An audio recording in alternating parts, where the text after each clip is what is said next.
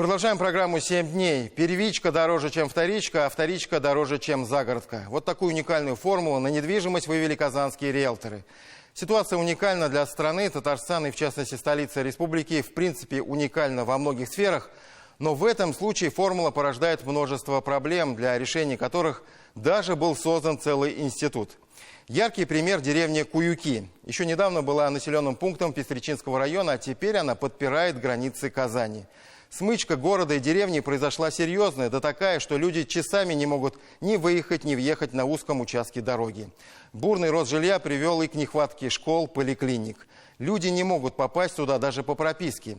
Сейчас в чатах жильцов вновь бурлит. Как попасть в единственный лицей? Мест в школе не хватает катастрофически. А новые дома все растут и растут. По прогнозам, тенденция будет сохраняться, несмотря на неудобства. Из точки роста Татьяна Тимошенко.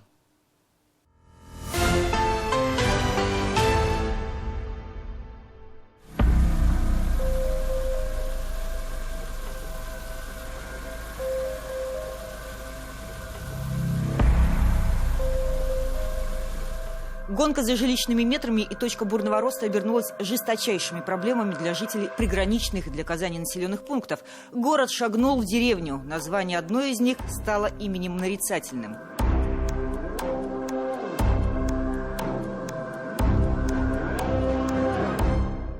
Гаиля купила квартиру в Куюках всего месяц назад, ориентировалась на близость города, малоэтажную застройку и закаты из окна. Одним из главных факторов стала близость школы. Наш подъезд – прекрасная современная школа, удивительная и чудесная. Да, сами видите, какое расстояние от подъезда дома до образовательного учреждения. Но мест нет. Тихая жизнь районного поселка с населением в 200 человек зашумела 10 лет назад. Программа «Жилье для российской семьи» вызвала строительный бум. Только за последние 5 лет население увеличилось в 6 раз. Официально здесь живут 16 тысяч человек. Неофициально цифру растягивают до 100 тысяч. И людей становится все больше. Дома растут как грибы. Техника работает на все новых стройплощадках. То есть вы не ожидали, что будет такой бурный рост? Ну, не в таком темпе, да. Казань должна превратиться в центр агломерации. А агломерация – это совокупность целого ряда поселений, тесно связанных между собой транспортом, услугами, в общем, взаимными поездками. Раз поселение попало в агломерацию, значит, оно должно развиваться, значит, туда должна прийти какое-то обслуживание, там надо, значит, размежевывать участки для нового строительства, там надо менять структуру и так далее. Потом, и самое главное, надо обеспечивать рабочие места в этих поселениях. Земли вокруг Казани частные, принадлежат крупным компаниям и более мелким владельцам. Если с организацией жизни в многоквартирных домах все более-менее ясно, то частные домовладения остаются в капиллярной сетке частных дорог, проездов и коммуникаций. Мы не можем участвовать в программах софинансирования. Не можем, потому что нам говорят, это частная земля, никаких вы не имеете права участвовать в этих программах. Ну и отсюда все эти вещи вытекают. На сегодняшний момент мы сами за счет своих средств ремонтируем эти дороги, потому что никто там абсолютно не участвует в этом. Но наших сил тоже не хватает. И плюс еще вот тот момент, что все-таки мы не можем точно сказать, что все должны участвовать, а кто-то участвует, кто-то. Вот это рождает такой вот спорный момент, потому что есть законодательные акты, например, для садовых обществ, там понятно. Есть так называемый жилищный кодекс для многоквартирных домов, там тоже все ясно. А вот в нашей ситуации... Заборы разделяют. В чаты новых жильцов свою ложку дегтя добавляют старожилы. Не передать словами тот ужас, который я испытываю от осознания количества людей в Куюках, Светлом и Яшляке. Живут по деревенским тарифам, бесконечно ездят по нашим улицам, портят нам экологию, забирают наше время, создавая бесконечные пробки. Это шах и мат. Очень радуюсь, когда авария за Салмачами в сторону Куюков. Выезд в город свободный. Лепота. А вы знаете, что 90% жителей здесь – это молодые люди, которым 30 нет, которые создали семьи и не сидят на шее у родителей.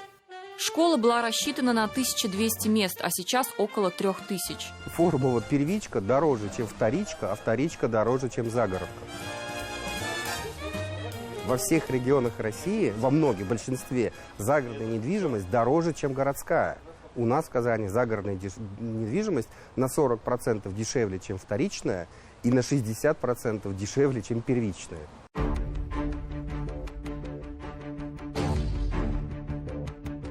Казань шагает за свои территориальные границы. Это очевидно. Самые бурно развивающиеся направления – Пестричинское, Лаишевское, Зеленодольское – места въезда в город стали для него транспортной удавкой. Вопрос, во-первых, в комплексности решений, да, то есть надо не просто расширить какой-то участок дороги, там, прибавив 2 полосы, но посмотрев потоком, куда дальше воткнется. Да, это должна быть дорожная сеть. Не одна большая дорога, да, а много, пусть не самых больших дорог. Да. В плане Казани у нас заложена там масса дополнительных въездов в Казань, дополнительных дублеров. Дублер Оренбургского, да, дублер Мадырского. 3 дублера заложено Горьковского шоссе. Да. Для распутывания клубка по инициативе Раисы Республики создана специальная структура Институт пространственного планирования. Олег Григорьев, его директор и один из разработчиков уже принятого казанского генплана, говорит и о сложности задачи, и уже выстроенном барьере на пути хаоса.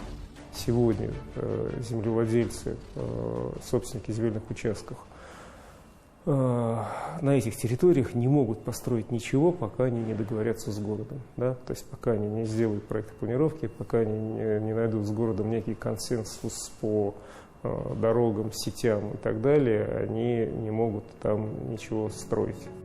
Эта дорога могла бы стать дорогой в светлое будущее к идеальному миру одноэтажной Казани. Но пока строительные блоки и обходной путь по пыльным, жару и вязким после дождя полям. Выход из Куюков на большую магистраль через Богородское обещают сдать вовремя. Согласно контракту, у них октябрь 23 года. Если вы видели, у нас территория села Богородского уже выполнена часть работы. Это верхний слой, тротуар, освещение. Перекладка сетей тоже завершена. Остается там только выполнен 2-й слой асфальта. Если смотреть по полю, то там тоже уже верхний слой выполнен. И у нас еще есть 3-й участок, это непосредственно в Куюках. Это очень сложный участок, очень много сетей, стесненные условия. И на сегодняшний день уже подрядчик обустроил объездную дорогу, где будут граждане объезжать, и уже на днях приступает к выполнению переноса сетей. А вот куда будет расти Казань, возможности и места еще есть, причем и ввысь, и вширь. Оптимальный район – это район для развития и высотного строительства. Это район грузового речного порта. Там есть вся инфраструктура практически. От Дербышек и до Салмычей, а это громадное незастроенное поле, да, которое нельзя застроить, опять же, из-за отсутствия дорог, сетей и так далее. Вот мы сейчас тихо-тихо, город будет договариваться с владельцами земли для того, чтобы совместными усилиями эти вопросы решать. В градостроении есть понятие «маятниковая миграция». Остановить ее невозможно, и одна из задач – распределить потоки внутри этой спайки города и деревни, пробить эти забившиеся вены. Но такая терапия крайне затратна. К общей перспективе все же придется идти пешком и, скорее всего, не очень быстро. Татьяна Тимошенко, Дмитрий Шлемин. 7 дней.